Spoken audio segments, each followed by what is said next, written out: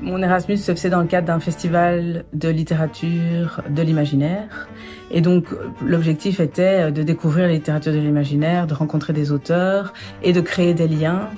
Ce que j'ai pu faire, puisque j'ai créé des liens avec les personnes qui organisent le prix imaginal des bibliothécaires.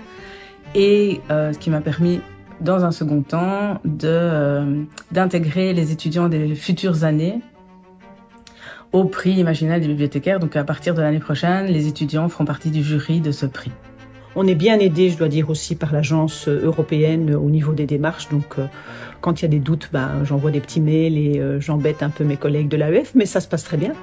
Et surtout, on est ravis d'avoir eu cette première expérience de mobilité. Au niveau de l'international, évidemment, j'ai été en France. C'est pas bien loin, c'est un pays que je connais bien, même si on partage la même langue. Et on doit quand même s'adapter et c'est un enrichissement, même si c'est pas loin.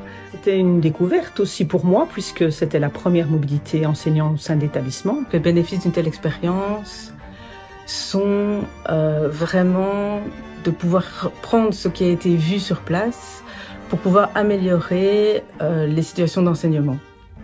Face aux étudiants, de pouvoir leur proposer les choses différemment, parce que j'ai suivi là-bas des conférences, j'ai entendu des auteurs parler de leur travail, expliquer comment ils écrivaient, quelles étaient leurs sources d'inspiration.